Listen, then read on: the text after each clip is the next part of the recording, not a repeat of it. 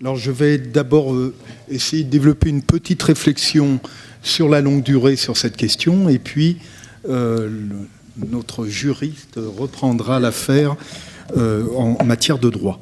Alors cette question souffrance et droits des animaux, c'est une question ancienne. Elle a été évoquée tout à l'heure.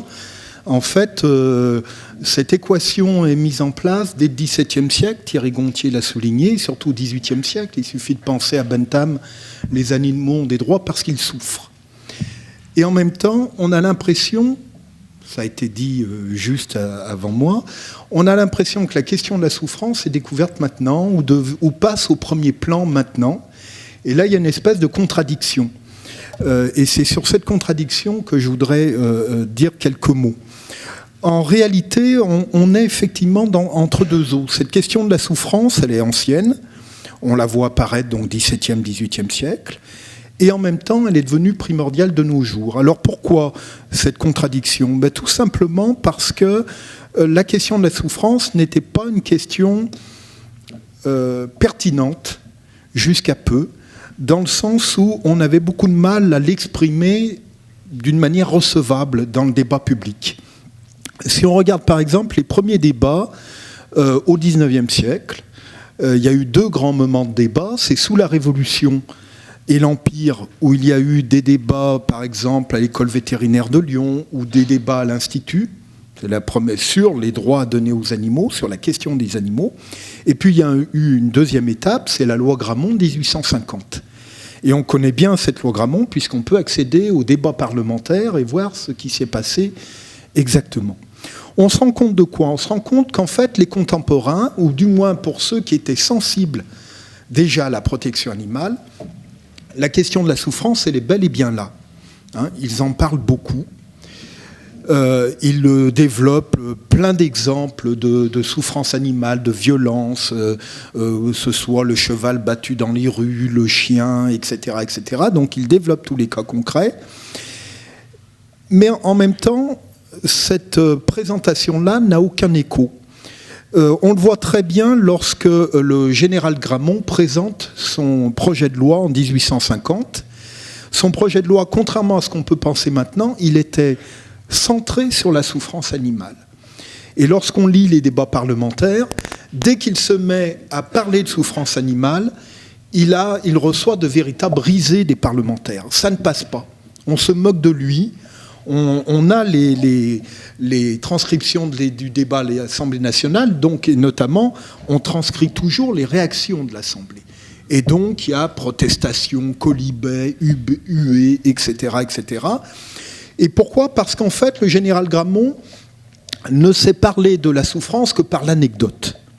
À un certain moment, il dit j'étais au palais, j'ai vu en bas de la rue qui borde le palais un cheval tomber par terre, je me suis précipité, il mourait de faim, j'ai fait amener une boîte de foin, c'est comme ça que j'ai sauvé ce cheval, etc.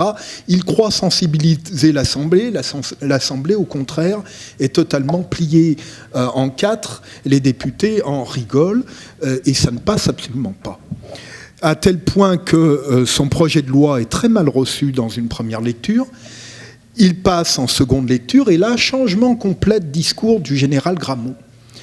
Et il le dit bien, le deuxième discours, qui est un discours défensif, cette fois-ci, il se rend compte que la chose ne va pas passer très facilement. Ce deuxième discours, il l'a préparé avec la SPA. C'est en fait la SPA qui lui a apporté les arguments, et les arguments ont totalement changé d'allure. Ce sont en fait des arguments philosophiques et moraux. Et essentiellement, l'argument qui est mis en place, qui est mis en avant, c'est celui que la violence vis-à-vis des animaux dégrade moralement les hommes. Et deuxième argument, la violence sur les animaux va apprendre aux hommes à pratiquer cette violence et à la reporter sur les hommes. Autrement dit, on passe en deux sessions d'arguments zoocentriques, centrés sur la souffrance, mais qui n'étaient dits que par l'anecdote, à des arguments, au contraire, anthropocentriques. Et là, ça passe beaucoup mieux, on voit très bien les réactions à l'Assemblée nationale.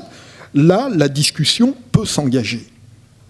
Il n'empêche, et quand on voit ce qui s'est passé de nos jours avec la modification de la loi et le vote de la loi sur la sensibilité animale. Il n'empêche que, contrairement à ce qu'on croit, la loi Grammont n'est pas de Grammont. C'est-à-dire qu'en fait, il modère son discours, mais il ne change pas la loi. Et la loi est très précise, beaucoup plus précise que ce qui va être voté, et notamment très précise sur les faits de souffrance animale. Et ça ne passe pas. Et donc, il y a un député qui propose un amendement beaucoup plus général, avec la notion de sévice public, et de sévice donc, public donc, aux yeux des gens. Donc c'est un argument anthropocentrique et non pas la notion de souffrance animale. Et c'est cet amendement-là qui est voté, qui porte, sur lequel on a mis ensuite le nom de loi Grammont. Mais le général Grammont a protesté ouvertement à l'Assemblée en disant qu'il n'était pas d'accord avec cette loi. Et on voit bien comment, et c'est la même chose par exemple à la fin du XIXe siècle où il y a des tentatives de correction de la loi Grammont. Il y en a toute une série entre 1890 et 1914. À chaque fois, ça bute sur ce problème de comment dire la souffrance animale. Et tout simplement parce qu'on voit bien que les protecteurs la vivent, cette souffrance, mais il l'a dit sur le terme de l'émotion ou sur le terme de l'anecdote. Et l'émotion et l'anecdote ne sont pas recevables dans les débats parlementaires et ils sont encore moins recevables dans les débats juridiques.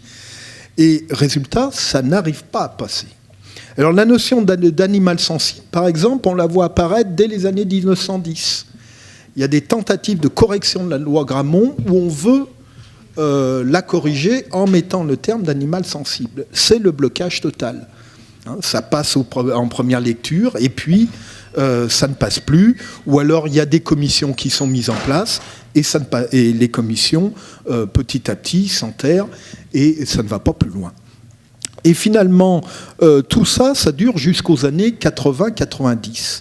Et le grand changement, je crois, ça a été évoqué, le grand changement dont on commence à percevoir les conséquences, c'est justement, depuis les années 90, ce grand changement, c'est que maintenant, on sait parler de la souffrance en termes, on va dire, rationnels, en termes scientifiques.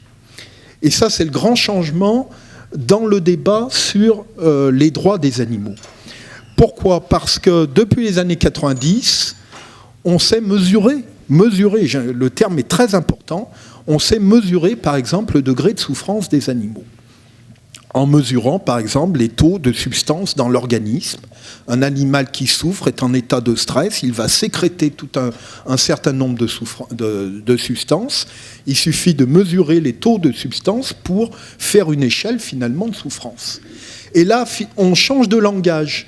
On passe d'un langage qui était un langage qui était basé sur l'émotion, sur l'anecdote, et on adopte un langage scientifique, rationnel, mesurable. On peut faire des cotations de douleur, des cotations de souffrance. Et c'est la même chose, ça a été parlé des neurosciences, justement, depuis les années 90 et de mieux en mieux, et ça va se poursuivre, on sait de mieux en mieux maintenant parler des émotions. Et notamment les neurosciences peuvent faire une connexion entre telle émotion et tel travail du cerveau, et de telle région dans le cerveau. Et ce travail de telle région dans le cerveau, on peut le cartographier, on peut le photographier. Donc là aussi, on passe dans un registre qui apparaît comme scientifique, mesurable, rationnel, et donc c'est un registre, un discours, un type de discours que l'on peut entendre, ou du moins que les politiques, ou que les juristes, ou les théologiens, etc., peuvent et doivent de plus en plus entendre. Et là, je pense qu'il y a vraiment un gros changement qui est très important, dont on va voir les effets petit à petit, dont on commence à voir les effets, par exemple, je prends un seul exemple, c'est celui de la corrida. On voit très bien, il y a eu, à partir des années 90, des études sur le taureau de corrida, qui ont été demandées d'ailleurs par les aficionados, mal leur en a pris, auprès de biologistes, d'éthologues, etc., pour justement, ce qu'ils voulaient les aficionados, c'est justement balayer cette idée de souffrance, parce qu'on était dans un débat théorique. Hemingway, dans Mort dans l'après-midi, soutient que le taureau piqué ne souffre pas plus, même moins, qu'un homme qui se fait une entorse. Hein, donc on voit en fait, on pouvait jouer sur des discours. Tu crois que les animaux souffrent? Moi, je te dis qu'ils ne souffrent pas. Et on voit bien à partir des années 90 que ces travaux sur le taureau de corrida, justement, infirment totalement ce que disent les aficionados. Les biologistes travaillent sur les taux de cortisol, etc., et peuvent montrer que le taureau souffre. Il y a même une étude tout à fait remarquable faite par un physiologiste de Toulouse, dans un colloque monté par des aficionados, ce colloque s'appelait Biomécanique de la corrida, et le physiologique conclut quelque chose de très plaisant en disant « le taureau de corrida n'est pas fait pour la corrida. Il n'est pas du tout adapté à ça. Il n'est pas fait pour courir, il n'est pas fait pour faire autant d'efforts pendant un quart d'heure, 20 minutes, etc. Et évidemment, c'est pas du tout une machine insensible. Et au contraire, il souffre énormément. D'où, par exemple, le fait qu'il y ait énormément de chutes à partir des années 80-90. C'est d'ailleurs beaucoup c'est ce qui interpellait les aficionados. Comment peut-on parler d'un combat égal lorsque le taureau sort dans l'arène et puis s'écroule au bout de 30 secondes? Et justement parce que le taureau n'est pas fait pour ça. Et ce qui fait que maintenant, les aficionados se retrouvent avec une bonne partie de leurs arguments qui sont tombés par terre. Et le seul argument qui leur reste maintenant, c'est celui de la tradition. Et c'est un argument qui est quand même très fragile. Alors il porte parce que notre société est très sensible à la tradition.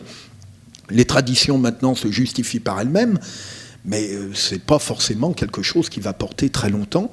Et à mon avis, qui ne me portera pas bien longtemps par rapport à ce qu'on peut amener en termes de diagnostic scientifique.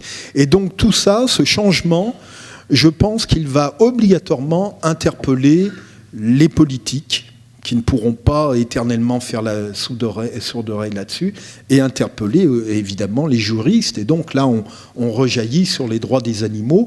Et je conclus simplement que les dernières décennies, justement, sont des décennies où on a prouvé la douleur. Alors les mammifères, on le savait depuis longtemps, mais on l'a prouvé par exemple chez les poissons, on l'a prouvé chez les invertébrés, et on a même prouvé récemment dans les années 2000 qu'un animal peut souffrir même s'il n'a pas la même physiologie que l'homme. Hein. Jusqu'alors, on soutenait que pour souffrir, il fallait avoir par exemple le néocortex, etc. Et en fait, on a montré que la douleur, la prise en charge de la douleur pouvait être prise en charge par d'autres organes que ce qui se passe en l'homme. Et donc cet élargissement de la notion de douleur dans les animaux et le moyen de le mesurer est évidemment le grand changement de l'époque récente. Voilà.